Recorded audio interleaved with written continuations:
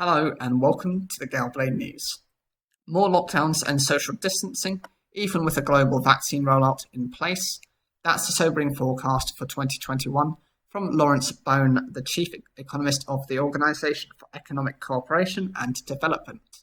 We probably have another 6 to 9 or 12 months of this ahead of us, she told the BBC's Talking Business Asia programme. I'm not saying it's easy, I'm saying we've seen that it worked in 2020. We must keep going both with the non-pharmaceutical measures, the government support and deploy the vaccine as long and efficiently as fast, as efficiently and securely as possible.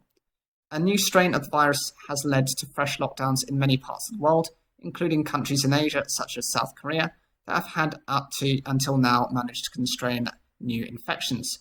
Nevertheless, the OECD says the global economic outlook for 2021 will improve, albeit from a low base. It is expecting global GDP to rise to pre-pandemic levels by the end of this year, but warned that recovery won't be equal across all countries. China, for instance, is expected to grow by 8% in 2021, while other OECD member economies are expected to grow by just over 3% on average. The International Economic Body added that how well countries will recover will depend on how smooth the rollout of vaccines are. Speaking from Paris, Ms. Bone also explained that governments have to keep spending to help shore up their economies in the face of this unprecedented crisis, even if that means adopting a more relaxed attitude to managing national budgets. These measures that we have strongly advocated do make sense because this crisis is temporary. So we're talking about temporary measures and a temporary increase in debt to GDP ratio, she said. Once we're out of this crisis, the economic fabric would have been preserved thanks to these measures.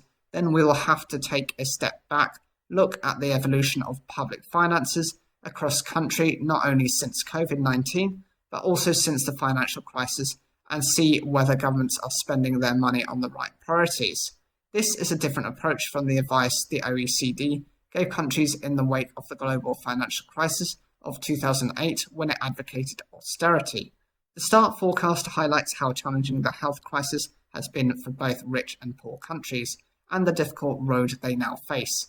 The OECD also warns of widening inequality, with lower paid workers in informal jobs at most risk.